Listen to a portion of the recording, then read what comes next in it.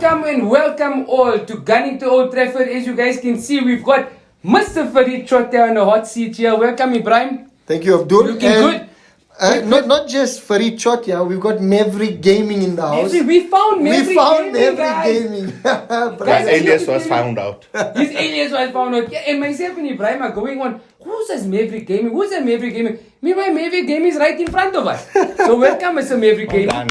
I got some comments in under the radar. Well done, guys. If you guys don't know this, Ibrahim, Faried is actually my cousin-in-law, married to my big cousin Samira. Oh, and you know Faried has come into the family, and we all love Faried. I love Faried. My mother loves him. My father loves him. Everybody loves Faried. So Faried, thank you so much for coming into our family. Pleasure. And wow, And when I such feel an left honor out, I also having you love here. Faried, man.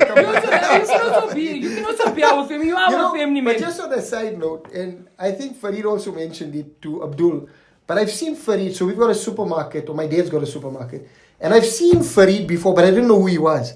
I've seen him, I've spoken to him a few times, but I don't know who he was until Gunning to Old Trafford happened. So, 100%. Awesome to create these connections, and that's what it is, by the fans, for the fans.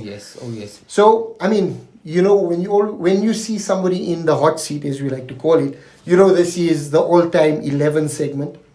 We had some good additions. I think we had Tasin Dessu on, we had Mohamed Kota, Ridwan Suji, Mohamed Shahid Abdul, and now we've got Faried Chotta, Maverick Gaming, giving us his All-Time 11. And what I like about the segment is that each person that comes on, even if they give the 11 or on the same team, you can tell the era that they watch football, their understanding of football based on the 11. Because it's always a few changes, if not a lot of changes, across that 11.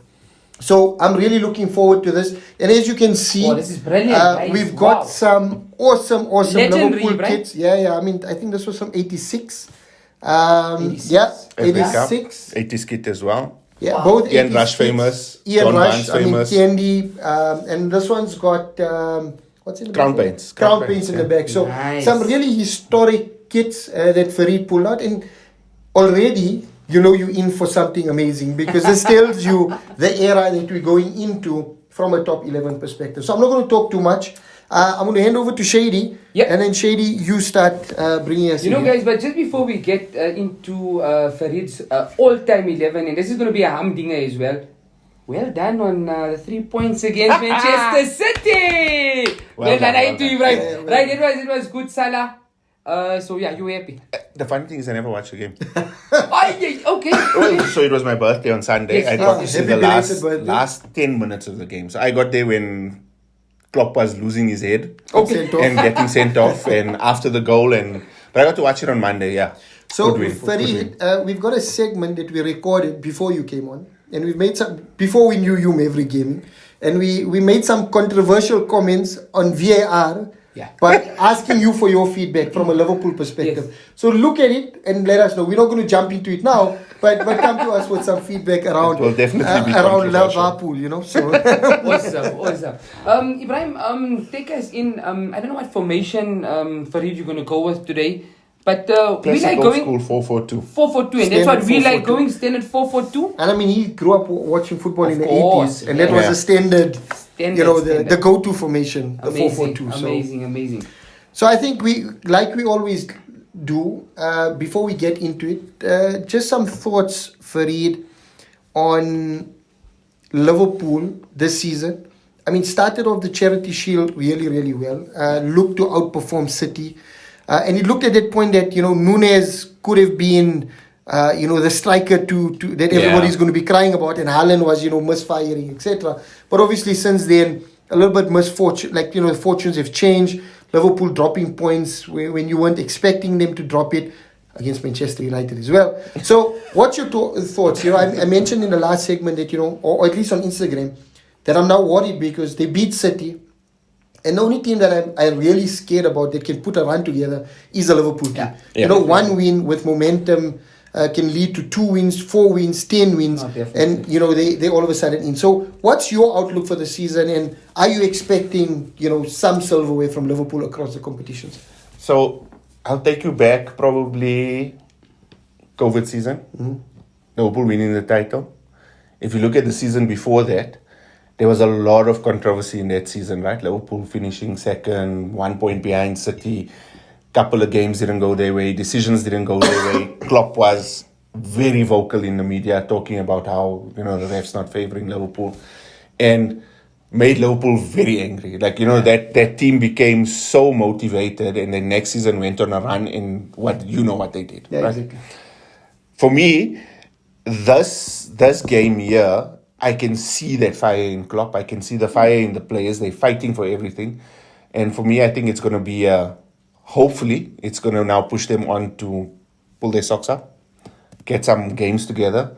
And look, I don't think they're going to win the title as much as I would love them to. But I think they're going to challenge. And I don't think, I will say one thing though, I think they'll finish above Arsenal. Ooh. But I was quiet, you guys. Why is Faried? Okay, but okay. Honestly, I can still, if Liverpool go on a run from now until the end of the season, there's no reason they shouldn't finish second. I always say, guys, and I think you guys can agree with me that Arsenal are always, and I hope this season it changes. It looks like it's going to change, but we're one defeat away from a disaster. Yeah. And as an Arsenal supporter, we're so used to that. But like I said, we're optimistic this season. And we're enjoying it. We're enjoying this wave. And enjoy it. Let's, there was no pressure for you guys. Let's see. So, there was no expectations on you there to was win no the league. expectation, 100% agreed. So locked in on Gunner to Old Trafford. Farid's predicting Liverpool to finish second. And in line with what I said about Liverpool pulling performances together, Salah is a momentum player as well. And he plays in the middle. Hat-trick against Rangers. The winner against City.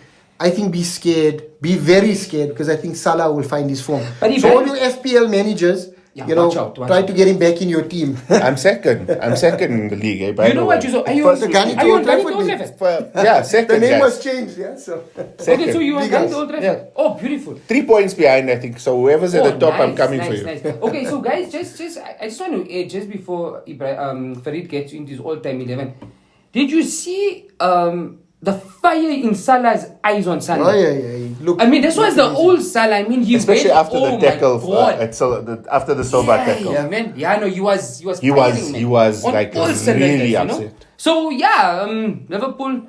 Let's see, but I'm excited about this all time. Well, I'm hoping it doesn't come, but I'm scared as a United fan. Yeah, no, I'm scared out of respect, right? Of course. Because I think this Liverpool team needs to be respected. And even though I give the banter, deep down I know they are a quality respect team. is there. And there's always a chance for them to come back up, right? And in England, they're part of the two top teams. So Man City and England and Liverpool at the moment are the teams to be, and the teams to be chased against, right? So looking forward to it. Definitely. So without any further ado, I know we're keeping you guys, waiting. We're going to jump into it. And on the keeper, usually, and Farid, please tell us you're going to be a bit different, but usually when we get Liverpool fans coming in around the top 11, it's always Alisson. There's no other discussion around this. Yeah. And, is there anyone that you feel, fits better than Alisson in your Liverpool 11? So my Liverpool 11 is going to be based on me growing up. Okay. And me growing up, my father is a Liverpool supporter, been a Liverpool supporter his whole life.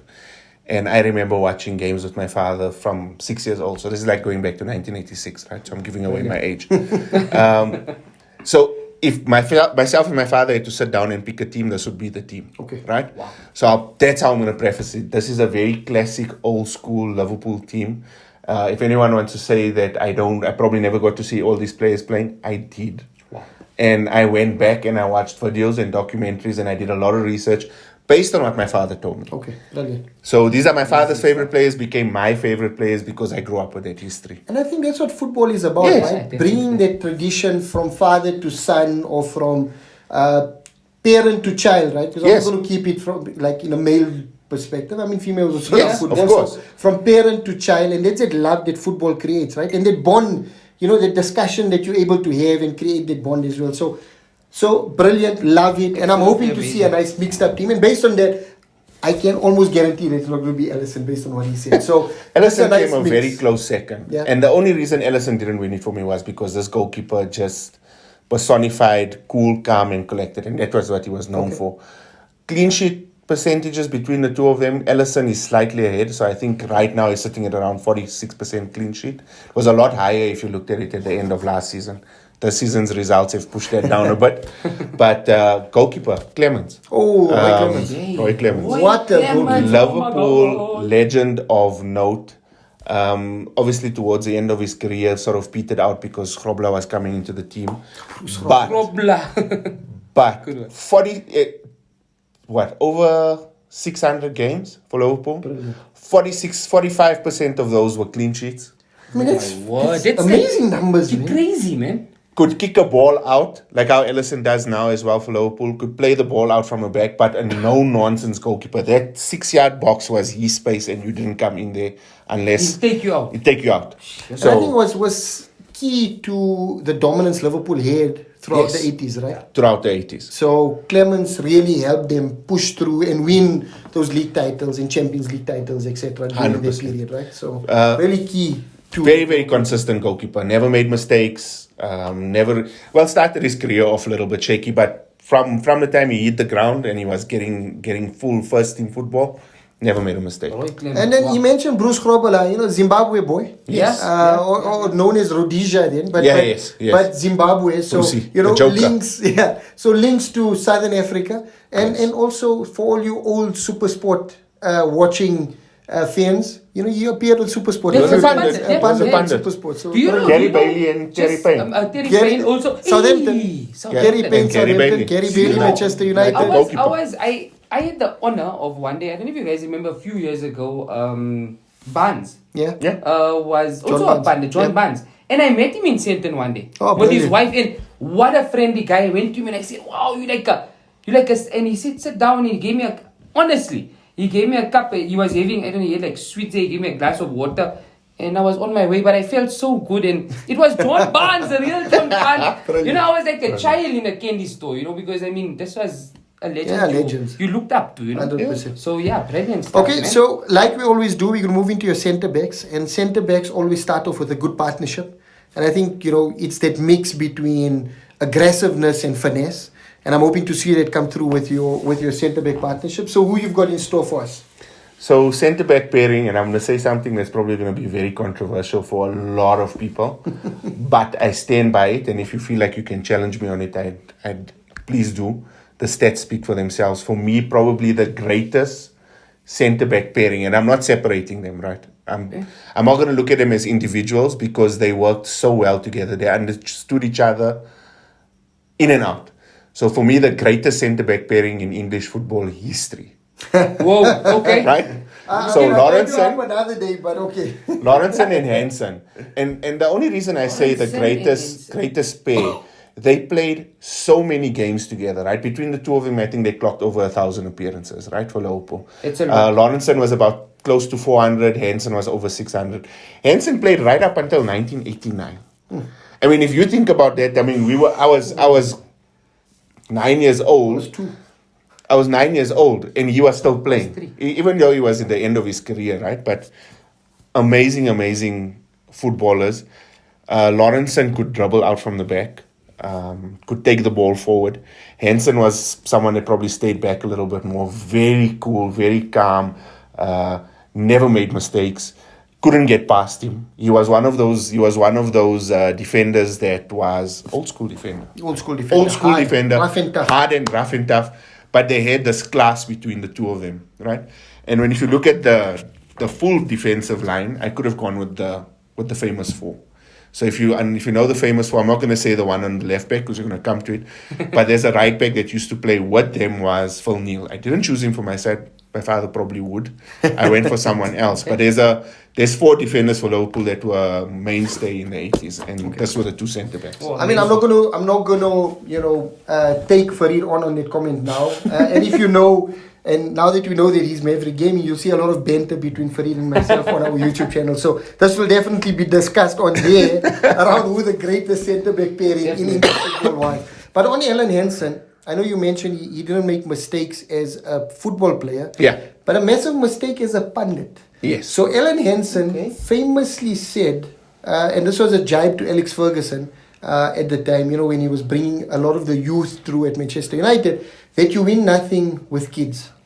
And those kids were the class of 92. And in honor of the class of 92 and Oh. Ellen Henson, I brought out this beauty. A change of kit from Ibrahim. A change for of this. kit. And the class of 92 obviously famously made up of Gary Neville, Phil Neville, Ryan Giggs, Nicky Butt, Paul Scholes, David Beckham, to name a few. And then obviously built together with a lot of senior players. So as a player, faultless. As a pundit, I think a little bit off the mark. Same with Lawrenson, right? I mean, Lawrenson became known as Mr. Grumpy when he became a pundit because, and it's sad, right? Because Lawrenson and Henson never really got the recognition as great players from the English media.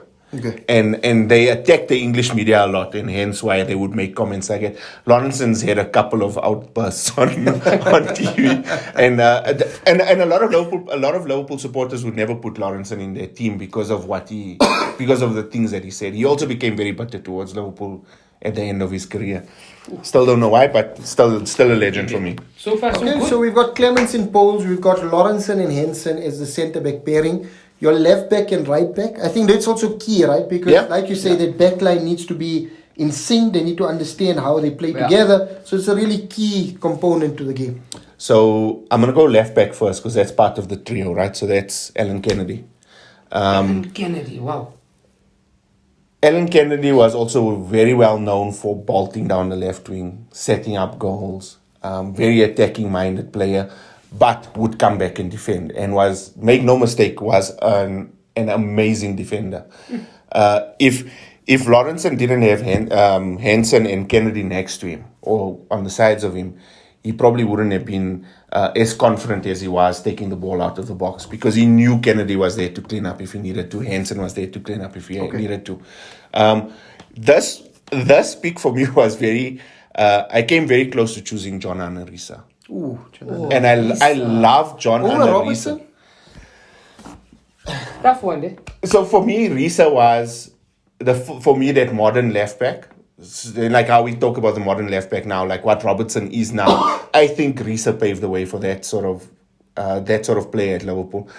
A lot of people don't like him. I loved watching Risa play. Risa was amazing running down the wing. Had a bullet of a shot. Yeah, there was some crackers, eh? You'll remember one or two against Alan United. Smith, right? Yeah. I mean, he cracked that free kick against Alan Smith, Oh, he which broke smacked Alan it. Smith's leg, Yeah, right? yeah. And I mean, the memories of Risa. Risa. What is he? Is he a pundit now? What is he? I don't know what he does now. No, but he's a but, brilliant. I know he gives United on Instagram. Yeah. Okay, On okay. socials, he's always in on United. Him and Lovren. Jose Enrique, And Lovren. And Lovren. they love going in on United, man. But I went with Kennedy because I went with an old school pick there. For me, he stood out, and it's a name I'll always remember. My father spoke about them all the time. At the right back side, Steve Nicol. So for me, Steve Nicol was a player that came into the team just around about the time I started watching Liverpool play. Played till about 1995. What I remember about Steve Nicol was he was, they said very composed, but consistent. He never gave you a bad performance in a Liverpool shirt. Scored a lot of goals. Went bulleting up as well on the right-hand side. Henson said something very famous about Steve Nicol. He said this towards the end of his career, right? So this is like in the late 80s, 87, 88. So he said something about Steve Nicol. He said Steve Nicol was such a good defender for Liverpool on the right-back side that he could light a cigar and sit back and relax. Because Oh, that's brilliant. he eh? knew that Steve Nicol was there to protect him. So Steve Nicol for me was my first sentimental pick. Okay. And that was it, yeah. Amazing player, loved him. Obviously, again, some tough options. I think you had Abaloa on the right. You could have Abaloa, gone for, some people say Trent. Alexander. I think Trent is kind of diminishing his, with the recent performance. Great going forward, bad coming back. Bad coming back. I could say the same about Abaloa as well. Look, Abaloa was a little bit better in defense, but Steve Nicol gave you everything. Everything. Going All forward, round, coming back, all-rounder. Was the Liverpool penalty taker for a good few years as well, so he took most of Liverpool's penalties as well, which shows you that how much confidence they ended in. Almost like a Dennis Irwin for United, Yes, right? yes. I mean, the Perfect confidence comparison. for a wing back to go and take on penalties, penalty. I mean, it's amazing, right? Yeah. So now we've got our keeper and our defense sorted out. We jump straight into midfield. And again, just like your centre looking back forward, there's a partnership, lot of your options, centre midfield partnership is really key. Yeah. Especially back in the day when you played that 4-4-2, your two defenders needed to have such a sync that they needed to know when one goes forward, one needs to step back, and vice versa, right? Yeah. They weren't like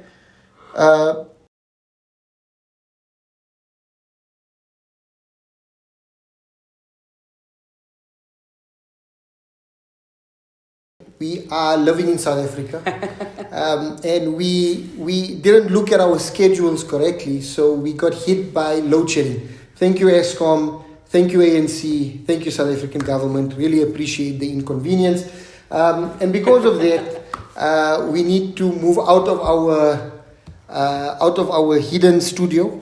That we're not going to give away the venue. And needed to come into my kitchen. So welcome to not Ibrahim's kitchen. I'm going to say Zainab's kitchen. Yes, you have. So welcome to. Otherwise, she might get a bit upset with me. So welcome to the kitchen. And we'll kick off from where we left off. Yeah. And we were discussing Faried's midfield. But if Ibrahim, just before we go through that, let's just have a quick recap. Yeah, sure. Right? Sure. So we've got Roy Clemens in the polls. Yeah. We have our two centre-back pairing, Lawrenson and Henson. Right back, Nichols.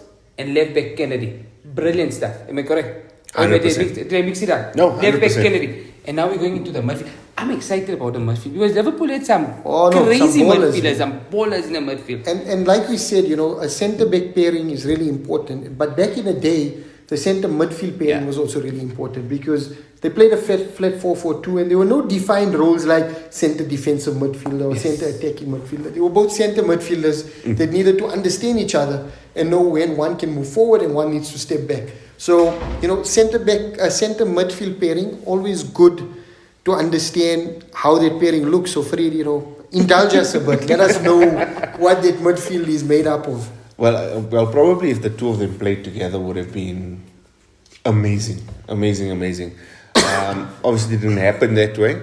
So that kind of tells you the picks are from different eras. Yeah. So I'll start with let's go with the older pick. Okay. Right?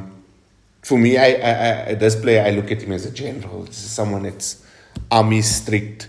Looks like he was just a very hard player. Remember him definitely for the hair. Graham Souness. Oh, yes, great. Souness.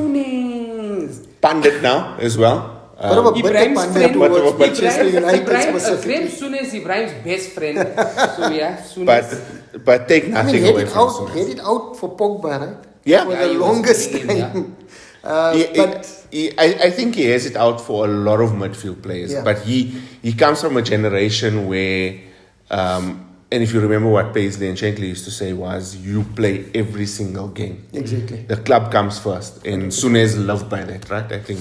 No, brilliant player. I'm not going to deny amazing that. What a player. So I think he doesn't like, I call them the sissy players of today. The ones that feel like they get a small knock on the ankle and then they're out for the next 2-3 weeks. Most of these players played through injuries, took an injection or took a painkiller, couple of panados and then played. Souness was that. Warriors, man. They were soldiers. I mean, I've heard of players that, collarbones are broken. Yes. And they're playing through concussions. Yeah. They were hard, man. They were hard. And Souness was that. Hard tank in the midfield. Very underrated as a Liverpool player. But I loved him. I just, that hairdo was very typical of the 80s era. The moustache was there as well. I think a lot of the Liverpool players back in the day with the moustache. But and also a bit of a controversial moment when he was at Barcelona, where he put the Barcelona flag. He had a few of them. In the middle of the pitch at I'm not sure who it was against. But it was one of the teams. But why did he do this? No, because he was part of the Barcelona setup. Okay, yes. and then to create a little bit atmosphere, he took the Barcelona flag at away game and put it in the middle of the stadium. Oh shit, Graham and the Souness. people went crazy. He created almost like a bit of a riot, man. It was amazing. He did. I can't remember the Roma incident, but it was a Roma incident as well, which was quite controversial. But Mr. Controversy. Still Mr. Controversy. Still Mr. Controversy. Well, you have to love him. He's just one of those guys you have to love. If you love football, you love him. You love him or hate him. But respect him for the player he was. Amazing player. Partner for Souness, any Liverpool player, this would be an easy pick. Your favorite player. Stevie G. Stevie G. Oh, Captain Gerrard. Fantastic. And I'm going to say a couple of things, right? So now, this is the first time you now know who my alias is, right? So now I have to come up and defend Gerrard. So there's a lot of Liverpool players and a lot of Liverpool fans that talk about Henderson now. And granted, Henderson, great player. I love Henderson, right? Got us a league title. But for me, and I say this, I have no shame in saying this. And this is considering the players I've got in this team, right? For me, will always be one of the greatest Liverpool players of all time. The most underrated player, never won any titles, could have left for Chelsea 2005. We're talking about after Liverpool win the Champions League, right? In July 2005, came very, very close to signing for Chelsea, right? Liverpool even made the announcement and said, we've done everything we could. Yeah, he's on his way out. He's on his way out. And I remember going to sleep that night thinking, Gerrard's gone. He's gone. Our captain is gone. There goes any chance of us winning any titles. Sure. And next morning, get up and then on the news is muted and everything, and he's signed a new contract. And there was obviously some miscommunications between the clubs, I think, around some of the issues. But Chelsea offered him £21 million, and this is now we're talking about then, right? 2005, for a 4-year contract, I think it was. So you work that out. That's over 400, almost close to £500,000 a week at that time. Blockbuster contract. That tells you, and this is what ends the argument for Lampard and Gerrard for me, is if Chelsea were willing to pay that much, because Gerrard's contract was coming to an end, so they would have probably got him for next to nothing. Willing to pay him £21 million for 4-year contract or even a 5-year contract, that's over £400,000 a week to come and play next to Lampard. If they had the confidence in Lampard, they wouldn't have gone after Gerrard. Right? And that's for me is simple as it is. No, simple I'm going to defend Lampard there a bit, and I think if the opportunity comes up for Gerrard to play next to Lampard, you have to jump at that opportunity. Okay. Yeah. And again, I know I give Gerrard a lot of stick, and I make comments about Gerrard the whole time, but as a rival fan growing up, utmost respect for Steven Gerrard. Definitely. And I know there was a moment or a time where United were kind of playing with the idea that they could. With Stevie G. Yeah. Ferguson even called him. Yeah. There was an opportunity where, with this entire unrest, where United tried to pip him away from Liverpool. Okay, and Ferguson said that he was one of the players that he would have loved to have at Manchester United. Because called him the modern Keane. Exactly. So I think Steven Gerrard is definitely a fantastic player, a massive player, and will go down in the history books as one of the greatest Liverpool players, if not English players of modern times, right? Can you imagine what he would have done in a United shirt in the 2000s? No, you've totally annihilated. Because there's this period between like 2004 and 2007, right? 2008, I think, where Chelsea were the team, right? And then United went and won 3 titles in a row. 2007, 2008, 2009, 2010. Yeah. Can you imagine, they won, I think it was 6 out of the 10 titles in their 10 years, right? Can you imagine if Gerrard had gone there, they would have, and probably before 2005, I think they were looking at it a little bit earlier than that. I think Gerrard would have taken them to more Premier League titles and would have probably gotten more Champions League And I think Gerrard would have been the perfect replacement for Roy Keane when he left United. Yeah. And playing Gerrard and Scholes together in the midfield would have been amazing. Would have been an amazing midfield with Michael Carrick as an understudy. So, I mean, I love Steven Gerrard. I think you would. Honestly, I think he would have probably gone on to be captain for United as well. He probably would have. Yeah, I mean, he was. Yeah. I mean, he's an influential player, right? I mean, he captained Liverpool as a youngster. Yeah. He captained England when David Beckham obviously stepped down at a particular point. And if you hear players like Rio Ferdinand talk about Steven Gerrard, they'll tell you Gary Neville. With utmost respect. They'll talk about Vieira. They'll talk about the love that they have for Steven Gerrard as a player. And that now that they ended their playing careers, they even appreciate him more. Because you know that rivalry was strong, but the rivalry is gone, and now they can appreciate him as a player. So the banter is just for the banter. Yes, but I think we love Steven Gerrard. Captain, my captain. Captain fantastic. Captain fantastic. Brilliant. And guys, I say like I said, for me the greatest Liverpool player of all time, and I don't take that lightly. understand the players I have on this team and understand the players that have played for Liverpool. But for me, there will never be a player to replace Gerrard. Never. He's just one of those players that wore his heart on his sleeve, that badge meant everything to you.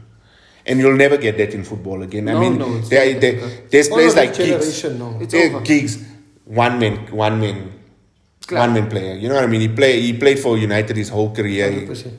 You're never going to get players like that again. So we appreciate them. We appreciate it. And this is the reason why we have these type of segments, past and present, all-time 11, to bring back the memories of these majestic players. And that's what I call them, majestic players. I think the current crop of players, if they had been playing in this era, they wouldn't be clocking the numbers that they're clocking against teams of players of this ilk. No, not even close.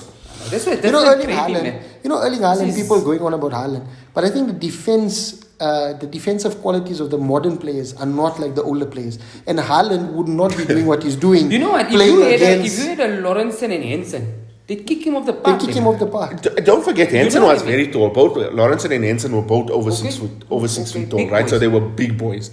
Yeah, they would have outmuscled him. They would have outmuscled him. You don't even have to go so far. I mean, you look at Ferdinand, Vidic, Maldini, Nesta. Maldini and Nesta. That would be my second pairing. Hierro. I think it was Hierro at Madrid. Hierro. I mean, you had some fantastic players. And I don't think Haaland would be up to standard again. Puyol. I mean, the list just goes on. So, I mean, brilliant. It shows our age, but it shows the era we grew up in. But I must say, Ibrahim, already this team is shaping up for real. You're going to make a lot of people excited. The 80s, wow, they're going to be so excited. That's playing in today's era, like now, like in current times. Not even, I think dominating football. And let's not forget that a lot of these players dominated English football in the 80s. Yeah, correct. Right. So, and I don't think it would have changed. Yeah. They would have dominated now. So we talked about Souness, right? But there's a player that I had. You'll see just underneath there, right? You can see, right? And I know you love this player. But Alonso was Gerrard's partner. Don't do this to us. I was going to actually ask, where's Xabi? So I could have picked Xabi, right? But he obviously, for me, I love him. I came on that day when we spoke about him.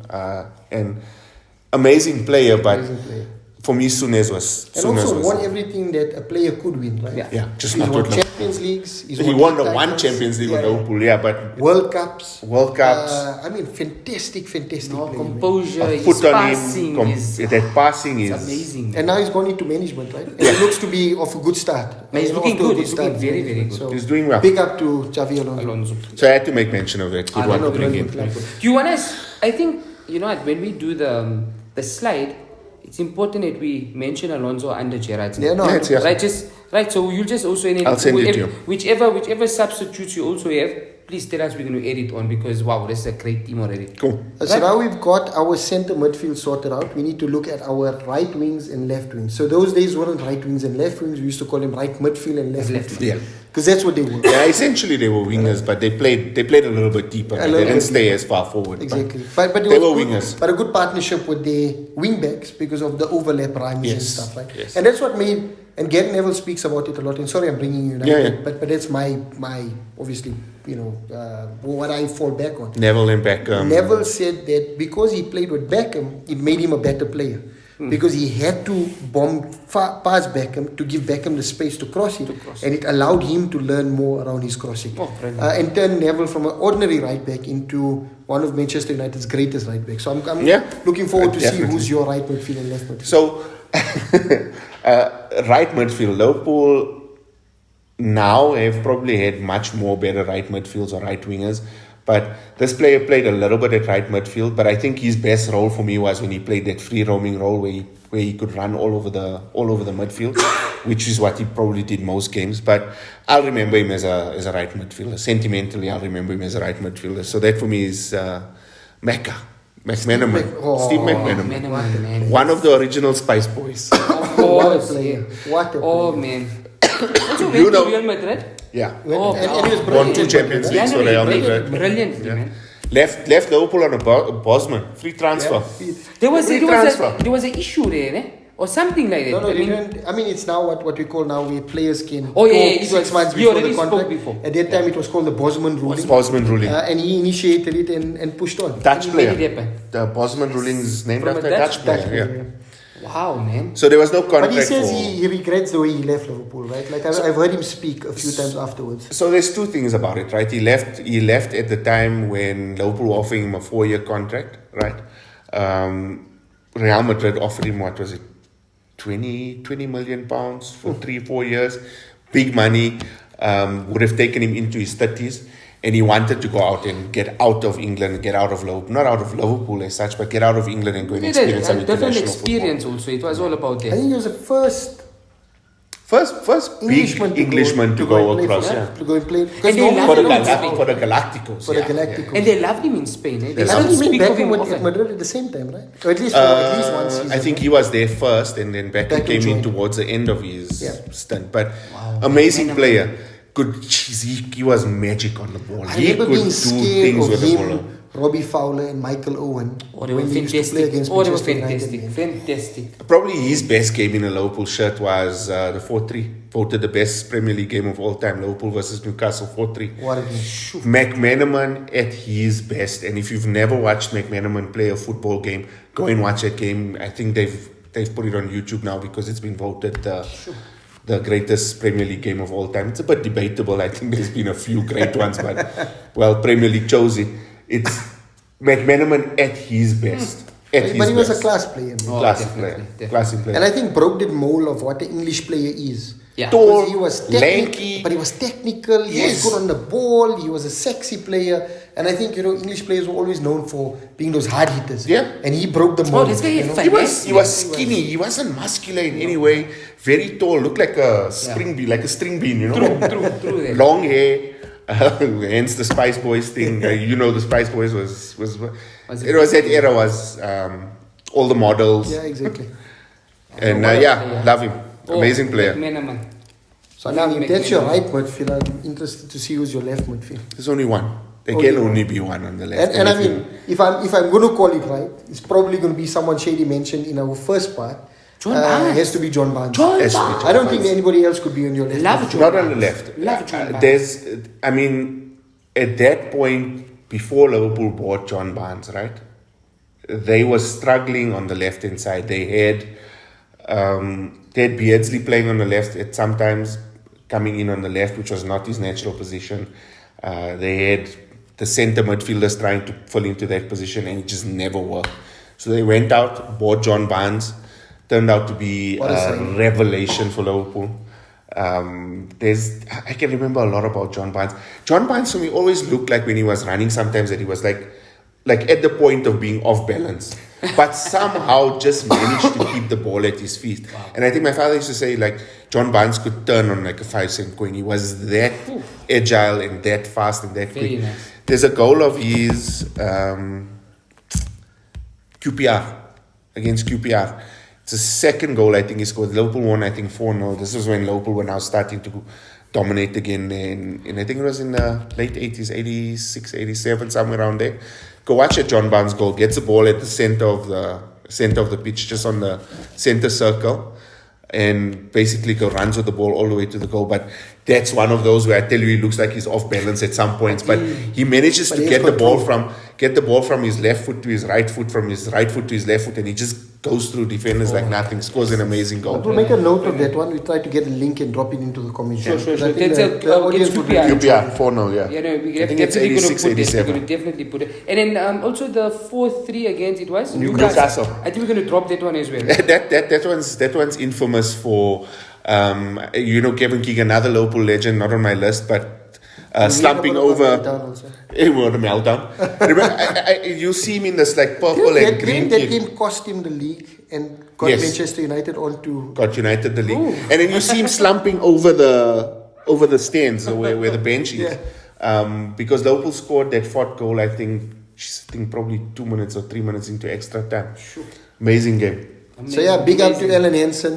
Hansen. obviously getting it wrong on the class of 92, and Kevin Keegan for that infamous breakdown that spurred Alex Ferguson and the United team to go on to win that league, where United were quite a few points behind Newcastle. Newcastle had it wrapped up, and they should have won that league, you know. They were very close. They were very close. It was an amazing season. And very underrated Newcastle side. Very underrated Newcastle. And they had that's no the reason why superstars. Alan Shearer didn't want to join United, right? Yes. Because Okay, they so were he on the refused, up right? at He refused to go. And then, I mean, we signed a certain Eric Cantona. It was. So, But a master stroke. Well, Thank you, stroke. Shearer. No, but again, I think Alan we're Shearer at talking- United would have been amazing. So we're talking about a record goal scorer, right? Yeah. And I think that's brilliant segue into going into the front, Into right? your front two. So Shearer's that all-time leading goal scorer in the Premier League, scored goals for fun. And And it's an amazing record that till today he's still the top goal scorer, right? Like you had amazing strikers that came after but could not break that record. well, there's one getting close, right? Harry Kane, but Yeah. Harry. I don't know. Time will tell. If Harry Kane goes to United, I think he gets it. Yeah, 100%. I If hope he he's- comes to United. I think you guys should go for him. That will be amazing, right? You think they He's can? a- You think But I they mean, want? let's leave. Let's Okay, leave. let's Let's get into Farid's sorry, front Farid. two, yeah. So I'm excited. left-hand side or right-hand side doesn't matter, but going Rush first. Ooh, Ian Rush, what a player. So Yay. Ian Rush, if you don't know anything about Ian Rush from the time he was a kid, and this I'm talking going back like 10 years old, 7 years old, was always a goal scorer. Broke records in England, and a lot of those records lasted for a very long time. I'll tell you who broke those records. Just remind me to tell you towards the end. It's a very interesting one. But Rush for me was that moustache again. Another one I remember that vividly. Slick back hair, old school striker, poacher. Give him the ball in the box and it's in the back of the net. It's simple as that. There was no one better than him. Liverpool's love all-time seeing scoring. Rush, and I still love seeing Rush at games because Yes. he still has that There's something presence, about he has him, eh? that Yeah. aura around him, right? He looks like he hasn't aged a day, except for the grey hair, but he doesn't look like he's No, but aged he a looks day. Looks like good. if he puts his Yeah. boots back on, He'll he go could play. do a number. I promise you, he probably would. I mean, and you must remember, at some point, Liverpool had to sell him, and then he went to Juve, right? Spent, I think, 2 seasons at Juve. And who was the first phone call when he decided to come back from Juve? Who do you think phoned him first? Kenny. No. Oh. Come. Scotsman. Sir Alex Ferguson. Sir Alex Ferguson. To try to snap him up for United. So when he finished, he played 2 Wow. seasons at Juventus, right? And I think this was in 89.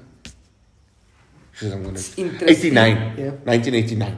I think it was 89. Could be And I mean, wrong. at that point, Fergie was a little under pressure, right? Was under pressure. And he thought bringing in Ian Rush would be the answer to But the striker imagine he woes. brought him in. And his response, I think, goes down in the history books. And his response was, "There's only 2 clubs I'll never play football for: Everton and Man United." And funny enough, he grew up as an Everton supporter, and playing for like a Liverpool, he certain Jamie became Carragher. Jamie Carragher. Just like Carragher, yeah. Jamie's the Jamie, same.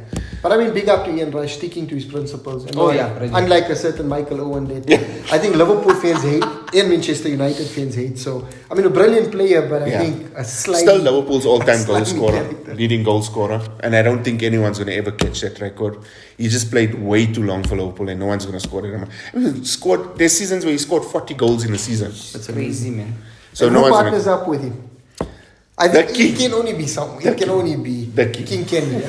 So King Kenny, word. probably the most beloved Liverpool figure. My word. Still at every single Liverpool He's got a game. statue outside. He's got a statue. He's got a stand named after him. He's the epitome of a Liverpool player, Liverpool manager to a certain extent as well. I think that soured it with the younger generation. His Yeah. stint as a manager. His second but they stint, yeah. His second stint as a manager. But they shouldn't forget the type of player he's he done, was. And what he did for the and club. what he did for the club, right? But also and his just- daughter is now a pundit. Right? Jeez, Yeah. jeez. Kelly. I can't Kelly remember Douglas. her surname. I don't know what's her surname. I don't think it's Douglas. I No, think no, she's it's a not married Douglas. surname. But But Gary she's- also supported him throughout. But have you noticed when okay, Dalglish is always at Enfield, but the respect he's got, man. Even the cameras following everywhere. King Kenny. He was a What persona. He player. was a Oh, rock star. man. So you must remember Kenny. when Kenny came to Liverpool. Kenny came in to replace Kevin Keegan, right? And Kevin Keegan was when Kevin Keegan left Liverpool, he was a Liverpool legend, and they never thought they'd ever replace him, right?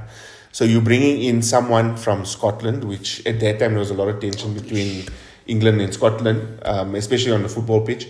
And then you bring a Scottish player in, and he didn't take him long. Didn't take him long to win over the hearts of the Liverpool fans. Amazing player, always going to go down as a Liverpool legend.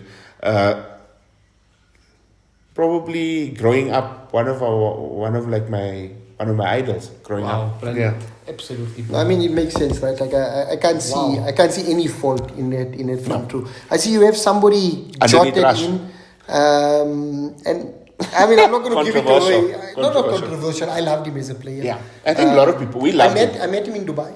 Who's it? He's got no, not this trip. A couple of trips. Okay, but who's there? I can't see, but. So Robbie Fowler. So it was a choice between Rush and Fowler, and I think the only reason Rush won it over for me was because of that record, the all-time Liverpool goal scorer, old school forward. But Fowler, for me, there's a reason they call him God, right? At Liverpool, that's his nickname at Liverpool. They call him God. He had a knack of. He was a finisher. He could put the ball in anywhere. He could pick his spot in the goal and he could put it in. He loved playing against United. Loved putting the ball through Schmeichel's legs for some strange reason. The only player that could put the ball through Schmeichel's legs. And I think it was that short stature of his, that being quick on the ball, that made him do it. But very good player. The player we were going to talk about that broke most of Ian Rush's records as a kid was Michael Owen. No, I mean, again, the disrespect for Owen is not as a footballer. Yeah. I think Owen as a footballer principles, made me scared as a young United fan growing up, because that boy could do anything with the ball. I mean, for England, he was amazing. And I think he all his actually injuries grinded England through that 98, right? To get to that quarterfinal, I think it was, where Beckham got sent off and stuff. But that amazing goal, that threaded run against Argentina was amazing, right? Yeah. And stuff, the only thing with Owen was all the injuries. The injuries. And Liverpool was supposed to bring him back after the failure at Real Madrid, right? He wasn't successful at Real Madrid, and somehow the other... and this is the reason I hate Rafa. I love Rafa for other reasons, but the reason I hated Rafa at that time was not re-signing Michael Owen. And then Owen signed for Newcastle. And then Sir Alex Ferguson picked up the phone, brought him in, and won him his only Premier League title. Yeah. So again, doing it again. He did with Robin van Persie also. He did it with Robin van Persie. So Sir Alex Ferguson gave all you Arsenal and Liverpool players that couldn't win the title. He brought him in just to give them one. Thank you, Sir Alex Ferguson. So again, just if you don't know, and we'll finish up on that. But if you don't know, Sir Matt Busby actually coached Liverpool first, and then came on to coach United. So there's some massive links going back down to Sir Matt Busby and that entire United era. And when the Munich disaster happened, Liverpool were one of the teams that actually assisted United to get back on their feet. That's amazing. While there is that rivalry, there's always that respect, that mutual respect that I think... I call it the unofficial derby. Yeah. Because the two cities are so close to each other, right next to each other, right? But it's always, for me, been a derby game. Look, there's United and City, Liverpool, Everton, but for me, Liverpool, Man United is a derby as well. Liverpool United is something else. It's a derby for me as well. But viewers, wow, I don't know if you guys know, I'm in awe. Reason being, the names. Yeah. The names are absolutely amazing. And the passion and you can see that sparkle in Farid's eyes. 100%. So for example, I'm going to be honest with you. I'm going to Google Lawrenson, Henson. I don't know them. Yeah. But I can already feel that vibe that Farid's giving me, and once again, and pure education, guys. And I think this is it, right? It's about amazing. Now that we know all of these players, it's good for the younger generation to understand who are these players, how they played through the 80s, and the dominating Liverpool team that they were in the 80s going into the early 90s. And then also some of the modern champions like John Barnes. It's not so modern with John Barnes, but John Barnes played in the 80s as well, right? But 80s going into the 90s. 80 to the 90s, yeah. And then we've got Steven Gerrard, Xavi Alonso, Robbie Fowler. Obviously, some of them were snipped in as an understudy. But I think we've got a nice mix of really old players that some people don't know, some amazing legends in the form of Dalglish and Rush, and then some of the modern legends. And like Farid said, the one in his eye that will always be the Liverpool's greatest, Captain fantastic, Mr. Steven Gerrard himself. 100%. Now the biggest question of all. Brilliant team. Who coaches this Who team? coaches this team?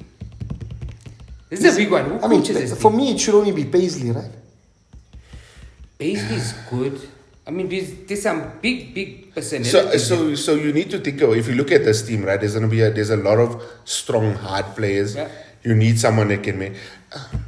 When I say that, then I think that this person can still do it, right?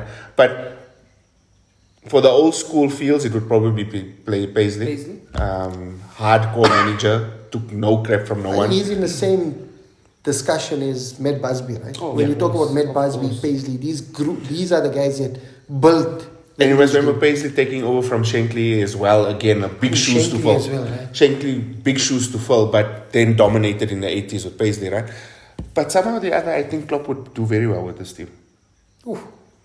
Rockstar, right? He's performance is hard. He'll get the best out of these guys. You know what I think what makes Klopp such a great manager for me personally, and my wife talks about it all the time. Wife is an Arsenal supporter, was an Arsenal supporter, Yeah, right? no, he changed her. She was Liverpool my only supporter. look. She was one of my allies where I knew that she supports Arsenal. All of a sudden, Farid Chotia comes in and she loves Salah. Am I right? She loves Salah and Klopp. Salah. Salah and loves Klopp. Liverpool and Salah, Klopp, you know those Klopp hugs? Yeah. I think Klopp hugs for like Lawrence and Henson, Souness, Barnes would have done wonders for the careers. I'm sure. Yes. No. Look, in all fairness, I think probably Paisley would be the manager for this team, but I think But Klopp you're going would with have managed Klopp? as well. I mean, I think Klopp would a have managed as rockstar well. coach for. Are you rockstar locking team. in Klopp? Yeah. Klopp? No, I'm going to stick with Paisley. I think Paisley. Paisley does it because it's an old school team. But I don't Let's think Klopp would have struggled. let's leave Klopp I as think, assistant I think we manager. have Paisley and Klopp as the assistant. Like Gerard Houllier and Roy Evans. Let's do two managers. Two managers. Joint managers. Joint Good managers. work. A Paisley and a Klopp. Beautiful. Yeah. I love Why it. not? Gerard Houllier. I love it. What a manager. I mean, Yeah. he's obviously passed on. Passed on. Yes, But a brilliant manager. I think a Tactician. a tactician and a real student of the game. You know, Yes. as they call it, he was definitely a student of the game. Definitely. You know, loved across footballing fraternity. I don't think anyone can say anything nah, bad about yeah, this man. He exactly. was What an a amazing coach. manager. But They yeah, have their for him- opinions about Rafa, but yeah. I mean, Rafa, you know, Rafa, every time, you know, the glasses come off. His little notebook. His notebook. And Guys, I mean, I we got him to also do a bit of a meltdown. Ferguson also got him to do a bit of a meltdown when he was jotting down all of the facts and, you know. Yeah. You know, he was a decent Liverpool manager, won but you guys for a me, Champions doesn't. League, right? Yeah, but built on whose team? Yeah. Right? I think he came in at the right time with that team. I never liked He him. took over from Houllier, right? He took over. From Gerard Houllier. Yeah. Because of Never liked Houlier's, him. he had health issues, right? Yeah, Houllier got health issues, But ended up in after- hospital. And that's why After Evans the stood in for Liverpool, him. and after the Liverpool, Actually, where did Gerard Houllier go after that? yeah, I think he Because he was retired out from for a football few for a years, while, yeah. and then he He And came didn't he back go to to Bra- France? He went back to went France. France. Okay, yeah. brilliant. So Roy Evans and Houllier managed together, and I think it was a transition sort of phase. Evans took over from Dalglish. Yeah. No, Dalglish's first stint. First stint, yeah. No, but amazing stuff, Farid. Really appreciate Oh, your yeah, time this on was the amazing. channel. Shite. I mean, what a team. You know, this takes us back into the 80s, the 90s, and even into the noughties, I think, right? Because Yeah. we've got the Gerrards. And then brought in a bit of a modern twist with Klopp as the assistant coach. And again, I don't think Liverpool fans should look at this as Farid not rating any of the current players. Like he said up front, you know, this was based on what he grew up watching, and he grew up as a Liverpool fan because of his dad, and his dad really instilled, and this is a team his dad would pick as well. Yeah. So you know, good to see a really nice team and something different, something Yeah. out of And the modern exciting, world. a Exactly. little bit of our older viewers as well, you know, because I mean they're going to look at this team and it's going to bring back so much of memories. They'll remember most of them. So yeah, man, this is brilliant. It's brilliant for us and brilliant for. So as Farid said, yeah. this team playing in the current time would be dominating. Not if Sir Alex Ferguson was there. But anyways, no, just joking. No. I think No, it's this is a good Better is team. always there. So, City definitely wouldn't be no, dominating. definitely not. No chance. No chance. Not with this team. I think Not this is with a really, really strong team. So yeah, brilliant stuff. And Wow. make sure that you are subscribed, that you hit that bell notification so that you know all of the comments.